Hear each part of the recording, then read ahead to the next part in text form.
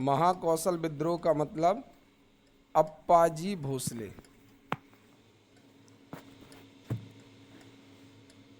महाकौशल विद्रोह का मतलब है नागपुर के राजा अप्पाजी भोसले और अंग्रेजों के विरुद्ध। तो आपसे इतना पूछा जाएगा, महाकौशल विद्रोह कब हुआ? तो 1818 में। किसने किया? तो अप्पाजी भोसले। अप्पाजी भोसले कहाँ के राजा थे? तो नागपुर। भोसले नागपुर के राजा थे। किससे किया? तो अंग्रेजों से।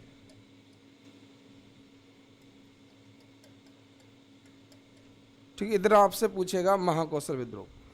इसके बाद भील विद्रोह में कुछ नहीं, बस भील विद्रोह कब हुआ? 1818।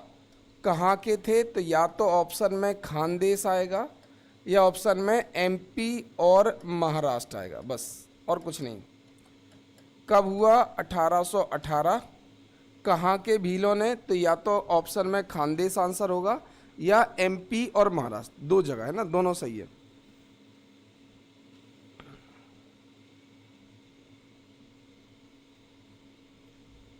इसके बाद 1824 में सीहोर विद्रोह पूछेगा। 1824 में कहाँ विद्रोह हुआ? सीहोर में। किसने किया? तो कुंवर चैन सिंह ने। कहाँ के राजा थे? तो राजगढ़ में नरसिंहगढ़ रियासत के राजा थे। इनका युद्ध किससे हुआ? तो अंग्रेज एजेंट मैडॉक से हुआ। तो 1824 का कहाँ का विद्रोह हुआ? सीहोर का। किसने किया? चैन सिंह ने।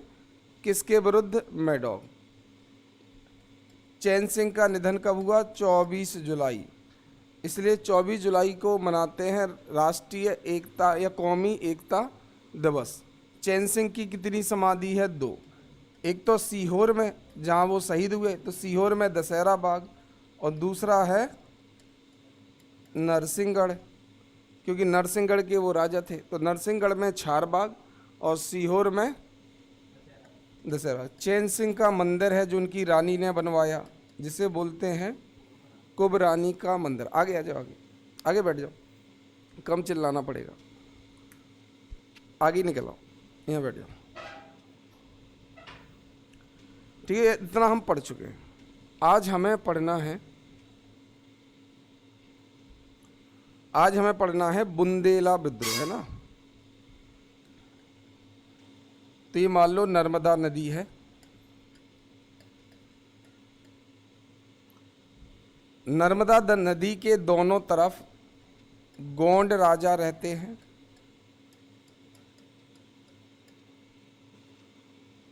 यहाँ पर लोधी राजा रहते हैं दमोह सागर के पास, और बाकी बुंदेलखंड में बुंदेला राजा रहते हैं।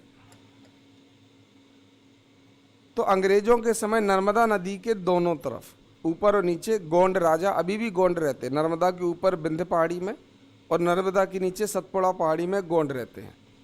ठीक है, दमोह सागर के में लोधी राजा रहते हैं। लोधी, उमा भारती जी का नाम सुना है? हमारी मुख्यमंत्री थी, वो भी लोधी समाज से हैं। और बाकी छतरपुर, पन्ना, इन सब में बुंदेला। इन सब ने मिलकर 1842 में एक विद्रोह किया था। बुंदेला, लोधी और गोंड, इन तीनों ने मिलकर 1842 में एक विद्रोह किया था, जिसमें ज़्यादा बड़ी भूमिका बुंदेला राजाओं की थी। जिसे बुंदेला विद्रोह कहते हैं। तो ठीक है, तो आज हम बुंदेला विद्रोह पढ़ेंगे। बुंदेला विद्रोह है बुंदेला, लोधी और गोंड राजाओं ने मिलकर किया। किसके खिलाफ? अंग्रेजों के खिलाफ। कब किया? 1842 में। चलो इसको हमें देखना है।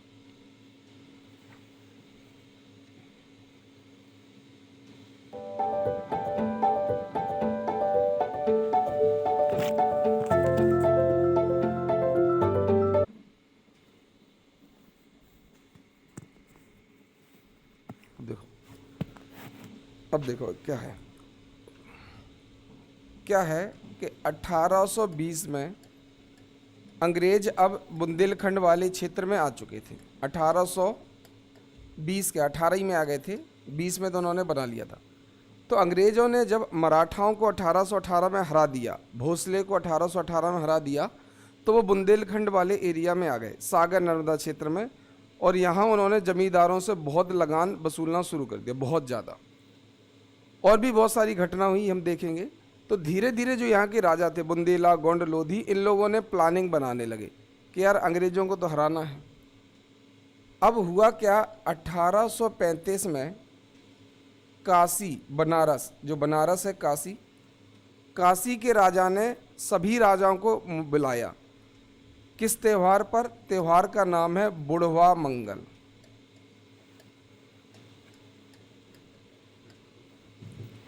तो हुआ क्या कि 1818 में जब तृतीय अंगल मराठा युद्ध हुआ तो अंग्रेज अब बुंदेलखंड में आ गए। उन्होंने सब राजाओं से लगान वसूलना शुरू कर दिया। सब राजा नाराज थे। 1835 में जो काशी, बनारस का राजा था, उसने एक त्यौहार बुढ़वा मंगल होता है, उसमें सबको बुलाया। तो जब हमारे मध्य प्रदेश के राजाओं ने सोचा कि यार ये त्यौहार बढ़िया है, ऐसा करते अपन भी आपस में मिलते हैं और अंग्रेज़ों के खिलाफ एक प्लानिंग बनाते हैं।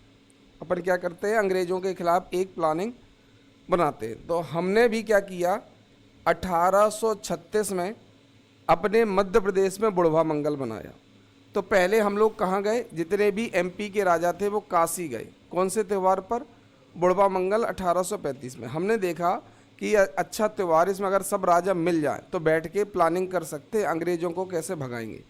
तो 1836 में एक जगह है सूपा, यूपी के महोबा में एक जगह है सूपा, और वहाँ पर सभी राजा इकट्ठे हुए और प्लानिंग बनाई। वहाँ प्लानिंग ये बनाई कि हम अंग्रेज़ों के विरुद्ध विद्रोह करेंगे और इसमें हमारा नेतृत्व करेंगे राजा परीक्षत, जो जैतपुर, महोबा में है जैतपुर। तो क्या डिसाइड हुआ, तो एमपी में 1836 में बुढ़वा मंगल का त्यौहार मनाया गया। किसकी नकल पर? काशी की। इसमें सभी राजा एक हुए। इन राजाओं ने कहा कि अब हमें अंग्रेज़ों के खिलाफ लड़ना है और हमारा नेतृत्व और लीडरशिप कौन करेगा, तो राजा परीक्षत, जो कहाँ के राजा थे? जैतपुर। अभी दिखाएंगे कौन कहाँ पर है। तो महोबा में जैतपुर एक रियासत है, उसके राजा परीक्षत के नेतृत्व में। ये डिसाइड हो गया 1836 के बुढ़वा मंगल में। अब मौके की तलाश में थे। अब हुआ क्या, 1839 के बाद अंग्रेजों का युद्ध हो गया अफगानों से शुरू। 1839 पे अंग्रेजों का अफगानिस्तान में युद्ध हो गया शुरू, और वहाँ उनकी हार होने लगी, बहुत सारी सेना मर गई। तो 1842 में हमने सोचा कि यही मौका है। अंग्रेज़ों का ध्यान कहाँ पर है? अफगानिस्तान। उनकी सेना कहाँ पर है? अफगानिस्तान। तो ऐसा करते अब हमला बोल देते हैं। तो इसलिए 1842 में जितने राजा थे उन्होंने अंग्रेज़ों के खिलाफ हमला बोल दिया। इसी को कहते हैं बुंदेला विद्रोह। समझ में आ गया? फिर से सुनो। अंग्रेज़ों ने भोसले और मराठा को हराया और पूरे एमपी में आ गए। एमपी में आके उन्होंने राजाओं से लगान वसूलना शुरू कर दिया। राजा हो गए नाराज, पर उन्हें समझ में नहीं आ रहा था क्या करें। पर उसी समय 1835 में काशी के राजा ने सबको बुलाया, बुढ़वा मंगल त्यौहार पे सबको बुलाया कि भैया खाने पे आ जाना सब लोग। जब यहाँ के राजा वहाँ गए तो उन्हें लगा बुढ़वा मंगल अच्छा त्यौहार है, ऐसा करते अपन भी अपने यहाँ बुढ़वा मंगल मनाते हैं और सब राजाओं को बुला के मीटिंग कर लेते।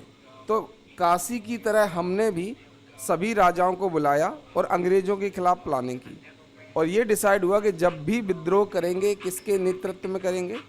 राजा परीक्षत, जो किस रियासत के राजा थे? जैतपुर रियासत के राजा थे। अब मौके की तलाश, सब राजाओं की प्लानिंग हुई, अब चाहिए मौका। मौका मिल गया। अंग्रेज़ों का कहाँ युद्ध शुरू हो गया? अफगानिस्तान। अंग्रेज़ों की सेना कहाँ चली गई? बहुत बड़ी सेना चली गई अफगानिस्तान। तो अब हमारे राजाओं को लगा अगर हम लोग अब मिलके अंग्रेज़ों पे हमला करेंगे तो हार जाएंगे। तो अब जो हमला हुआ 1842 में, इसी को कहते हैं बुंदेला विद्रोह। ठीक है। अब तुमसे एग्जाम में पूछेगा कौन कौन राजा था। चलो बुंदेला विद्रोह में राजा देख लेते हैं कौन कौन राजा है। तो सागर के पास, सागर में एक जगह है नारहट। नारहट, नारहट में एक राजा थे विजय बहादुर राव। राव विजय बहादुर सिंह राजा थे नारहट के, राव विजय बहादुर। जब ये लगान नहीं दे पाए तो इनकी संपत्ति कुर्की करने लगे। संपत्ति कुर्की मतलब घर सील, मकान, खेत वेत सब सील करने लगे। तो सागर जिले में एक नारहट रियासत थी, वहाँ के एक राजा थे राव विजय बहादुर सिंह। ठीक है।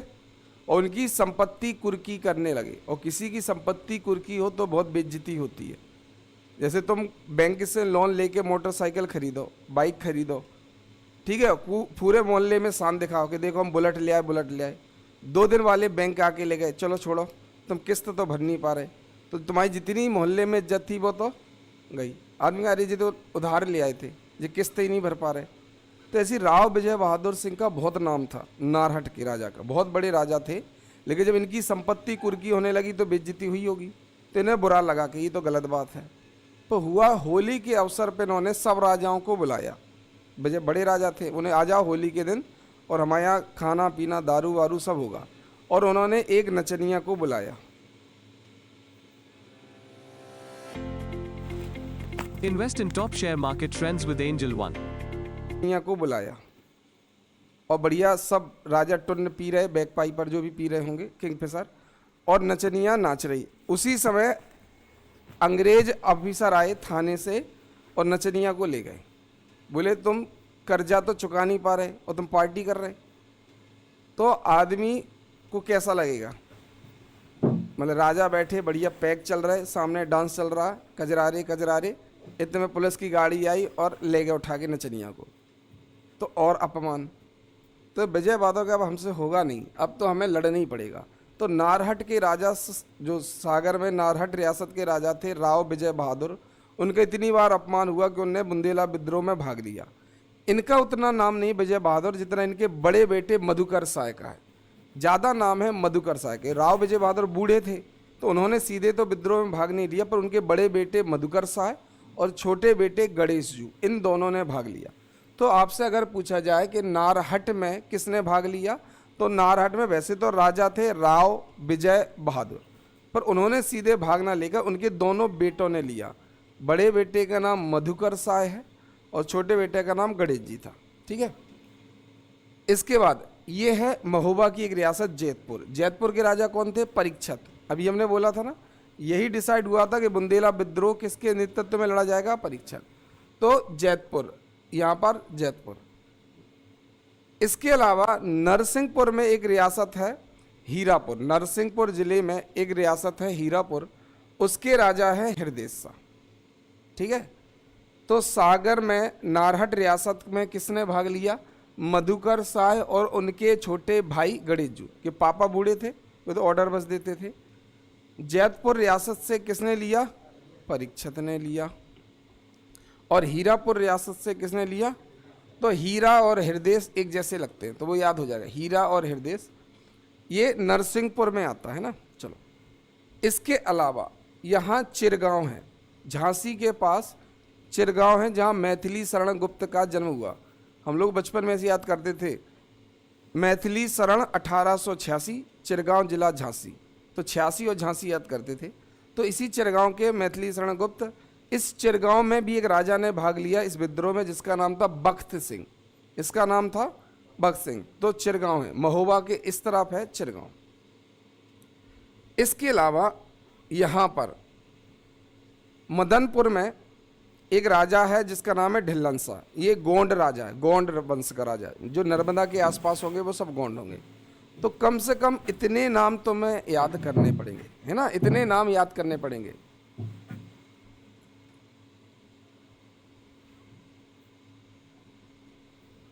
चलो एक एक करके पूछते हैं ना। सागर में जो नारहट रियासत है उसका राजा कौन था, किसने भाग लिया? वैसे तो राव विजय बहादुर था, बहुत अपमान हुआ, है ना। कुर्की कर लो अच्छी बात है, पर तुम नचनिए ले गए, है ना। इतने सबकी उतर गई होगी जितना जिसको नशा चढ़ा होगा। तो नरहट में कौन थे? मधुकर साय और इनके छोटे भाई गणेश जू। जैतपुर में कौन था? परीक्षित, राजा परीक्षित। बुढ़वा मंगल इन्हीं ने तो करवाया था, है ना। हीरापुर में कौन थे? हीरा से हृदय, हीरा से हीरा हृदय, ये तो एक जैसे मिलता है ना। चिरगांव से कौन थे? बख्त सिंह। मदनपुर से कौन थे? ढिल्लन शाह। ये गोंड थे। तो आपसे अगर पूछे कि कौन सा गोंड राजा था, तो ये गोंड राजा थे, ढिल्लन शाह। अब देखो, अब गद्दारी किसने की? देखो, ये सब राजा हार गए। मधुकर साय को सागर जेल में फांसी दी गई। जो मधुकर साय है उनको सागर जेल में फांसी दे दी। आज भी सागर जेल में इनकी समाधि है। इनके भाई गणेशजू को काला पानी पहुंचा दिया। तो इसका मतलब ये बुंदेला विद्रोह सब राजा लड़े फिर भी हार गए। इसका मतलब कोई ना कोई गद्दार रहा होगा। तो कौन कौन से गद्दार रहे? तो जैतपुर के बगल में एक रियासत है जिसका नाम है चरखारी, और इसका राजा था परीक्षित का ही भतीजा राजा रतन सिंह। चाचा भतीजे में बिल्कुल नहीं बनती थी और राजा रतन सिंह ने हमेशा परीक्षित का विरोध किया। ठीक है, अंग्रेजों ने बोला था जब भी परीक्षित तुमसे मिलने आए, मतलब तुम सीधे मत बताना हमसे मिले हो, पर जैसी परीक्षित मिलने आए तो हमें बता देना। तो जब परीक्षित मिलने आए अपने भतीजे से, क्योंकि इनकी पत्नी यही महल में थी, तो जब ये पत्नी को लेने आए तो राजा रतन सिंह ने तोपें चलवा दी। ये तोपें किसको मैसेज पहुंचाने के लिए था? अंग्रेजों को। उन्हें अंग्रेजों से बोला था कि जब भी हमारे महल में परीक्षित आएगा हम बता देंगे। उसने तोपें चलवा दी। तो परीक्षित समझ तो गए कि भतीजा खेल कर गया। बोले क्यों भतीजे तोपें चलवा दी? अरे बोले चाचा आप आओ, आपके स्वागत में तोपें न चलें, ऐसा कैसे हो सकता है? तो भतीजे ने बोला भले ही कि चाचा ये तो आपके स्वागत में। परीक्षित समझ गए थे, पकड़ में नहीं आया, वो तुरंत निकल गए, वो रुके नहीं। उन्हें बोले हमें स्वागत बाद में देखेंगे, चलो निकल लो। तो कोशिश पूरी की रतन सिंह ने। इसके अलावा यहाँ पर एक रियासत है ललितपुर में, बानपुर रियासत है, और बानपुर के राजा थे मर्दन सिंह। बानपुर के राजा थे मर्दन सिंह। अब जो बानपुर का राजा था मर्दन सिंह, बानपुर है ललितपुर झांसी के पास। तो जो मर्दन सिंह है इनकी एक रियासत और होती थी चंदेरी। अशोकनगर का नाम सुना है? गुना अशोकनगर में चंदेरी रियासत है ना, जहाँ जोगेश्वरी देवी है। तो बानपुर के जो राजा मर्दन सिंह थे इनकी एक और रियासत थी चंदेरी। चंदेरी पर कब्जा कर लिया था सिंधिया ने, और सिंधिया पावरफुल थे इसलिए कुछ कर नहीं पाते थे। तो अंग्रेजों ने इनको ऑफर दिया कि तुम ऐसा करो, तुम इन्हें पकड़वा दो मधुकर साय को, तो हम तुम्हें चंदेरी दे देंगे। तो बानपुर का राजा जो मर्दन सिंह था उसकी एक रियासत थी चंदेरी, जिस पर सिंधिया लोगों ने कब्जा कर रखा था। अंग्रेजों ने कहा तुम बुंदेला विद्रोह में हमारी मदद करो, हम तुम्हें तुम्हारी चंदेरी दे देंगे। दी नहीं, पर इसने मदद अंग्रेजों की थी। तो अंग्रेजों की मदद किसने की थी? परीक्षित के भतीजे राजा रतन सिंह ने, जो कहाँ का राजा था? चरखारी का। किसने अंग्रेजों की मदद की? बानपुर के राजा मर्दन सिंह। क्यों मदद की? क्योंकि इसको चाहिए थी चंदेरी। इसके अलावा सागर में एक जगह है साहगढ़, और यहां के राजा थे बखतबली। इनने भी अंग्रेजों का साथ दिया। क्यों दिया? क्योंकि इनकी एक और रियासत, या इनकी रियासत का एक हिस्सा था गढ़ा मालथौन। इनकी यहां पर एक रियासत थी जिसका नाम था गढ़ा मालथौन। तो जो साहेगढ़ के राजा थे बखतबली, इनकी रियासत का एक हिस्सा था गढ़ा मालथौन, जिस पर सिंधिया लोगों ने कब्जा कर रखा था। तो अंग्रेजों ने इनसे भी बोला कि तुम अगर हमारी मदद करोगे तो हम तुम्हारा गढ़ा मालथौन दे देंगे। तो बखतबली ने हृदय शाह को पकड़वा दिया, इनने पकड़वा दिया इनको। कुल मिला के आपको इतना याद रखना है कि किसने भाग लिया और किसने अंग्रेजों का साथ दिया। तो नारहट में किसने भाग लिया? मधुकर साय। जैतपुर में किसने लिया? परीक्षित। हीरापुर में किसने लिया? मदनपुर में किसने लिया? परीक्षित के भतीजे रतन सिंह ने गद्दारी की। बानपुर के राजा मर्दन सिंह ने गद्दारी की, और साहेगढ़ के राजा बखतबली ने गद्दारी की। ठीक है, जब बानपुर के मर्दन सिंह और साहेगढ़ के राजा बखतबली दोनों ने अंग्रेजों का साथ दिया, ना तो इसको अपनी चंदेरी मिली, ना तो इसको अपना गढ़ा मालथौन मिला। तो जब झांसी की रानी लक्ष्मीबाई लड़ेगी तो ये दोनों झांसी की रानी का साथ देंगे। अभी जब 1857 पढ़ेंगे तो इन दोनों ने बुंदेला विद्रोह में तो अंग्रेजों का साथ दिया, पर 1857 में अंग्रेजों से लड़ाई लड़ेंगे, क्योंकि इसने मदद की अंग्रेजों को, इसको अपनी चंदेरी नहीं मिली। इसने अंग्रेजों की मदद की, इसको अपना गढ़ा मालथौन। इसको समझ में आ गया अंग्रेज किसी के सगे नहीं हैं, इसलिए ये लोग दोनों झांसी की रानी का साथ देते हैं। अब एक और राजा का नाम याद रख लो जिसने विद्रोह में भाग लिया,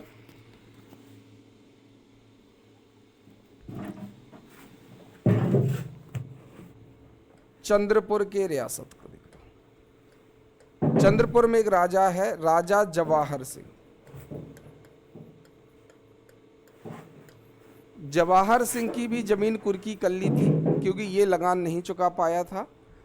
प्लस एक बार चंद्रपुर रियासत में कुछ चोर थे जो जानवर चोरी करके ले जा रहे थे। इन्हें खबर मिल गई जवाहर सिंह को कि हमारी रियासत से कुछ चोर जानवर चुरा के ले जा रहे। तो इन्हें चोरों को पकड़ लिया और जानवर वापस अपनी रियासत में मंगवा लिए वापस। किसी ने रिपोर्ट कर दी होगी थाने में कि हमारे जानवर चोरी हो गए। पूरे वो जानवर किसके पास मिले? अंग्रेज ने इन्हें अरेस्ट कर लिया और इन पे आरोप लगा दिया कि आपने जानवर चोरी किए थे राजा, पर आरोप का लग गया चोरी का। जैसे मुकेश अंबानी पे तुम आरोप लगा दो कि तुमने हमारा मोबाइल चुराया, कैसा लगेगा? जैसे तुम्हारा मोबाइल गिर जाए और मुकेश अंबानी उठा ले भाई साहब किसका किसका, और तुम बोले भैया चोर चोर चोर, और 2-4 थप्पड़ मार दो अंबानी को और थाने पहुंचा दो, कैसा लगेगा अंबानी को? ऐसी जवाहर सिंह को लगा होगा कि हम इतनी बड़ी रियासत के राजा और 2-4 गायों का तुमने चोरी का आरोप लगा दिया। तो इनने भी अंग्रेजों के खिलाफ भाग लिया था, चंद्रपुर की रियासत जवाहर सिंह।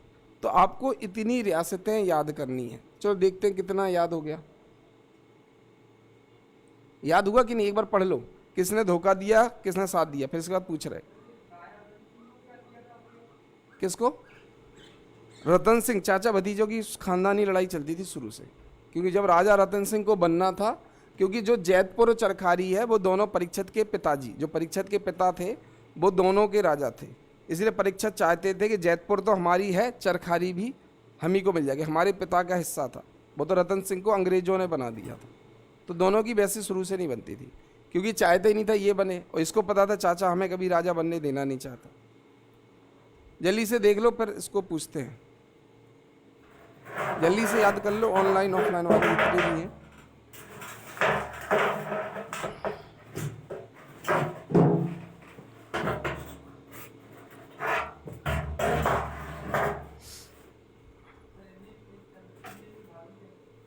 चंद्रपुर के राजा जो ब्लैक कलर से है ना, उनने साथ दिया, और जो रेड कलर से उनने गद्दारी की। साथ दिया ना राजाओं का। हाँ, जानवर चोरी के आरोप में जेल में डाल दिया था ना अंग्रेजों ने, तो ये भी तो अंग्रेजों से नाराज थे।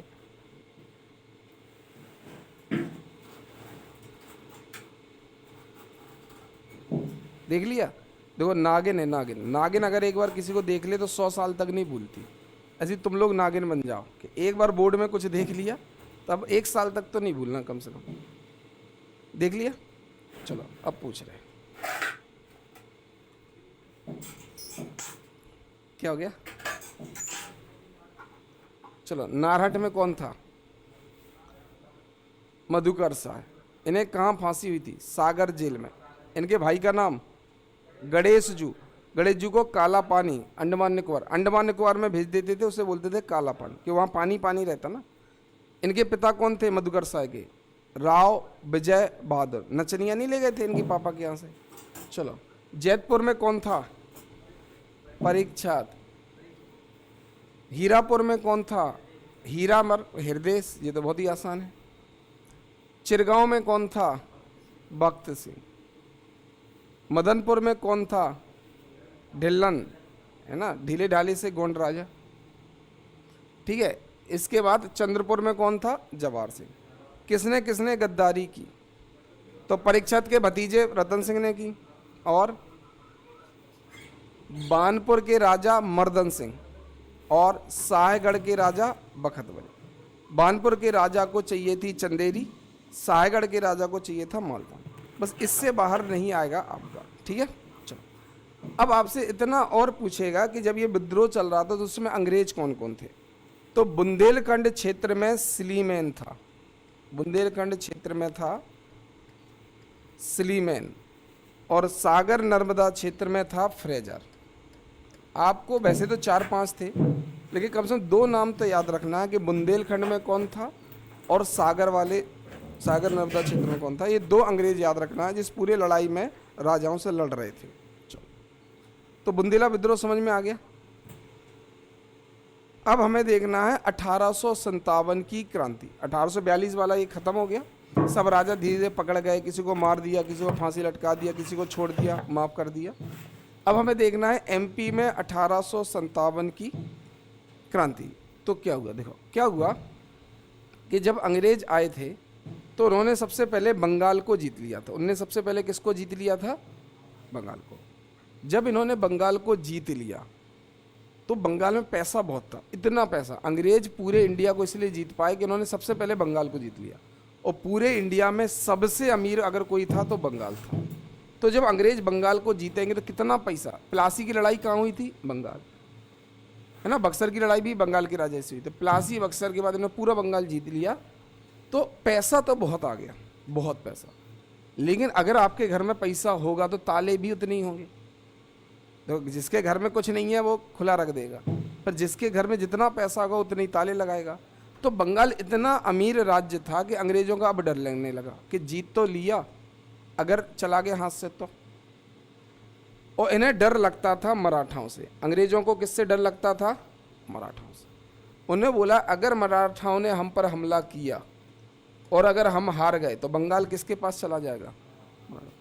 कुछ ना कुछ तो करना पड़ेगा। तो इन्हें कहा ऐसा करते हैं, बंगाल और मराठा के बीच में जो एरिया पड़ता है अवध, यहाँ अपनी आर्मी लगा देते हैं, पूरी आर्मी लगा देते हैं यहाँ पर, है ना। ये पूरी अपनी आर्मी ऐसे लगा देते हैं। जब मराठा अवध ही पार नहीं कर पाएगा तो बंगाल तक पहुँचेगा नहीं। आ रहा समझ में? मराठा वाले बंगाल तो तब पहुँचेंगे ना जब बीच में क्या पड़ेगा? अवध। अवध। तो ये है वॉरेन हेस्टिंग्स। ये कौन है? Warren Hastings. इसने दिमाग लगाया, देखो बहुत सोच में भी है, देखो बहुत सोच में क्या करें, बंगाल कैसे बचाएं। इसके दिमाग में आया कि ऐसा करो, अवध में आर्मी लगा दो, और अवध को ऐसे राज्य को बोलते बफर। दो बड़े राज्यों के बीच में जब कोई छोटा राज्य फंस जाए तो उसे बोलते बफर राज्य। जैसे इंडिया और चाइना के बीच में नेपाल और अवध का किराया पैसा, बोले कोई पैसा नहीं, खुश। ये तो बहुत ही अच्छा ना। तो अवध वाले बोले बढ़िया। तो बंगाल ने क्या किया, पूरे अवध में अपनी आर्मी लगा दी। इस पॉलिसी, इस नीति को कहते हैं घेरे की नीति या रिंग फेंस पॉलिसी। अपने आसपास ही घेरा बना लो, अपने आप पास में ही नहीं आने, ही पार नहीं कर पाएगा तो बंगाल तक पहुंचेगा नहीं। आ रहा समझ में? मराठा वाले बंगाल तो तब पहुंचेंगे ना जब बीच में क्या पड़ेगा? अवध। अवध। तो ये है वॉरेन हेस्टिंग्स। ये कौन है? Warren Hastings.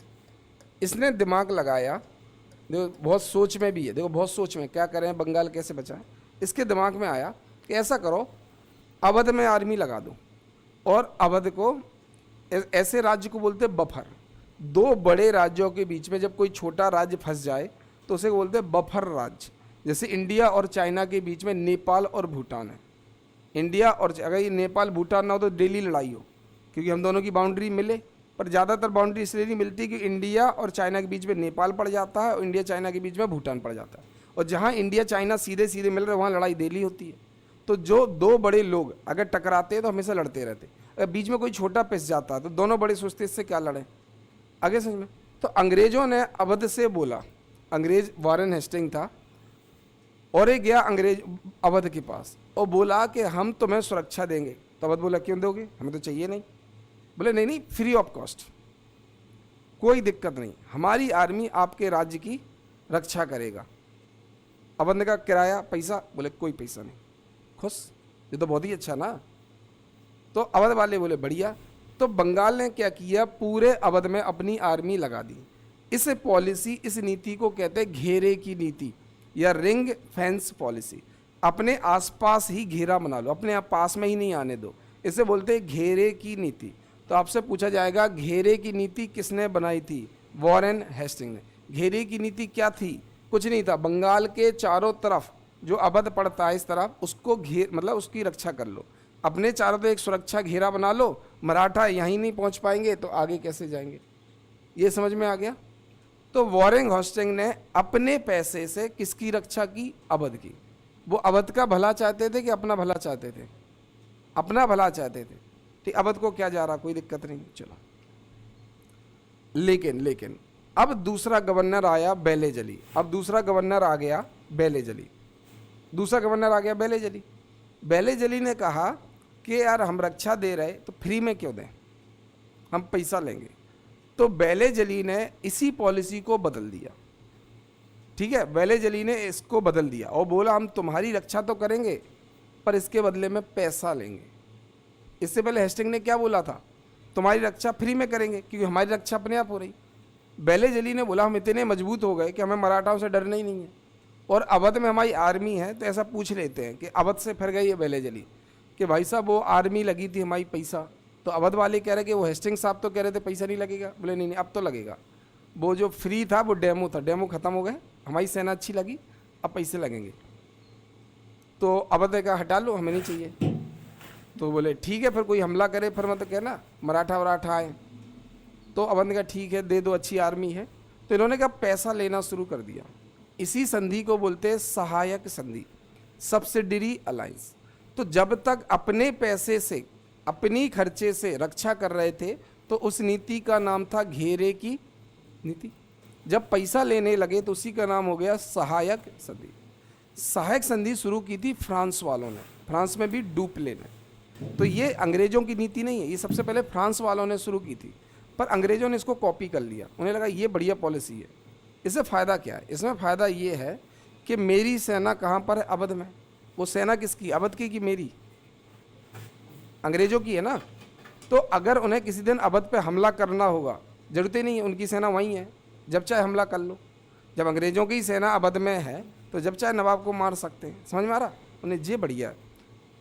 तो वेले जली, इसका नाम है वेले जली। वेले जली ने घेरे की नीति खत्म कर दी और नई नीति ले आया जिसका नाम है सहायक संधि। सहायक संधि मतलब हम रक्षा करेंगे, हम आर्मी देंगे, पर तुम्हें खर्चा देना पड़ेगा।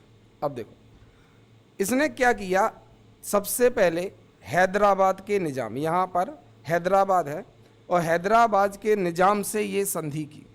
तो सबसे पहले संधि किससे की, हैदराबाद के निजाम से। तो आपसे पूछेगा एग्जाम में कि सबसे पहले सहायक संधि किससे हुई, हैदराबाद के निजाम। देखो हम ये क्यों पढ़ रहे, हम इसलिए पढ़ रहे कि हमें पता होना चाहिए कि 1857 की क्रांति हुई क्यों थी, है ना। तो सबसे पहले ही सहायक संधि, सहायक संधि शुरू की थी डुप्ले ने, फ्रांस वाले ने, इसने नहीं की। अगर क्वेश्चन आए भारत में सहायक संधि को शुरुआत को किसने शुरू किया, तो डुप्ले, फ्रांसीसी का बना। तो दूसरा क्वेश्चन आएगा कि भारत में सहायक संधि का सबसे अच्छा प्रयोग किसने किया, बेले जली। बेले जली ने सबसे पहले किससे सहायक संधि की, हैदराबाद के निजाम से 1798 में। हैदराबाद के निजाम से बोले कि देखो तुम्हें मराठाओं से खतरा है और मैसूर से खतरा है। यहाँ मराठा रहते थे और यहाँ मैसूर रहते थे।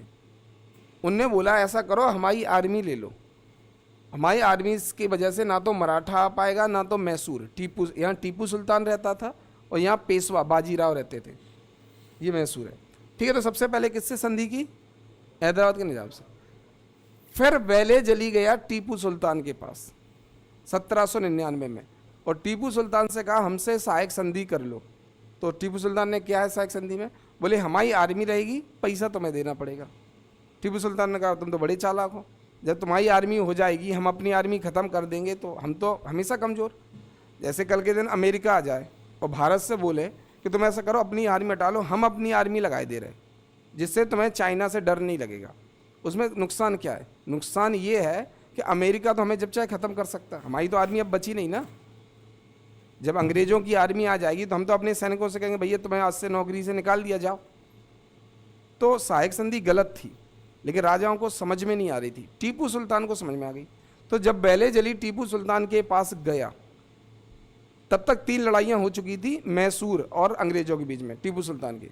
फिर बेले जली गया इसके पास, बोला हमसे सहायक संधि कर लो, हमारी आर्मी रहेंगी, हम खर्चा देंगे। तो टीपू सुल्तान ने कहा कि अगर नहीं करें तो बोले तुम्हें मार डालेंगे लड़के, हम तुम पे हमला कर देंगे, तुम्हें मार देंगे। तो टीपू सुल्तान ने कहा था कि 100 साल गीदड़ की तरह जीने से अच्छा एक दिन शेर की तरह मर जाओ। तो पूछा जाएगा कि 100 साल गीदड़ की तरह जीने से अच्छा एक दिन शेर की तरह मर जाओ, ये किसने बोला, टीपू सुल्तान। उसने बोला मर जाएंगे पर सहायक संधि नहीं करेंगे, तो मार दिया। बहुत डायलॉग मारते थे, अंग्रेजों ने निपटा दिया। तो बेले जली ने टीपू सुल्तान को मार दिया और जब टीपू सुल्तान मर गया तो जो नया राजा बना उससे क्या कर ली, सहायक संधि 1799। तो 1799 में चौथा युद्ध हुआ टीपू सुल्तान को मार दिया गया और बेले जली ने नए राजा से कर दी, तो मैसूर के साथ कर दी 1799। टीपू ने मना कर दिया नए राजा के साथ। तो सबसे पहली सहायक संधि किससे हुई? हैदराबाद के निजाम से। फिर किससे हुई? टीपू सुल्तान से। इसके बाद यहां देखो 1801। अच्छा, 1801 में इन्होंने अवध से की। 1801 में इन्होंने अवध से की। अवध वही बफर वाला, सबसे पहले वो घेरे की नीति वाला, उन्हें अवध से की। पर 1802 में क्या हुआ कि जो पूना में पेशवा रहता था, इसकी लड़ाई हो गई होलकर से। होलकर मतलब इंदौर के राजा। तो क्या हुआ, जो 1802 में पूना का राजा था, पूना का पेशवा था, उसने क्या किया, होलकर के भाई बिट्टू की कर दी हत्या। बैठ के दारू वारू पी रहे होंगे, सबसे बुरी चीज़ है दारू। सबसे ज़्यादा जो मर्डर वर्डर क्राइम होते हैं सब शराब पीने के बाद। तो पार्टी वार्टी कर रहे होंगे, उसने कुछ बोल दिया होगा, माँ बाप तक पहुंच गए होंगे, मार दिया। तो 1802 में पूना में पेशवा था उस समय बाजीराव सेकंड, उसने क्या किया, होलकर के भाई को मार दिया। और जैसे ही होलकर को पता चला वो हमला करेगा, तुरंत होलकर आ गया, यशवंत राव होलकर, और इसको हरा दिया। किसको? पेशवा को। पेशवा भाग के गया अंग्रेजों के पास, बसीन में। बसीन एक टापू है, टापू। बसीन में गया अंग्रेजों के पास और बोला, पूना से भाग गया बसीन, बोले भैया होलकर मार देगा, बचाओ। तो अंग्रेजों ने कहा हम बचा तो लेंगे, पर तुम्हें हमसे करनी पड़ेगी सहायक संधि। जैसे ही तुम सहायक संधि पे साइन कर दोगे, सब्सिडी अलायंस पे, हम अपनी आर्मी भेज देंगे, वो तुम्हें रक्षा देगा, होलकर कुछ नहीं कर पाएगा। तो जब पेशवा पूना से भाग के बसीन गया 1802 में, तो उसी बसीन नामक टापू में उसने एक संधि कर ली। तो चाहे तो सहायक संधि बोल लो, इसी को बसीन की संधि भी कहते हैं, क्योंकि बसीन नामक टापू पे हुई थी पेशवा और अंग्रेजों के बीच में। तो सबसे पहली सहायक संधि किससे हुई? हैदराबाद के निजाम से 1798 में। फिर कहाँ? मैसूर में। टीपू से की? नहीं की, टीपू को मार के नए राजा से की। 1801 में की अवध, 1802 में की पेशवा से, जिस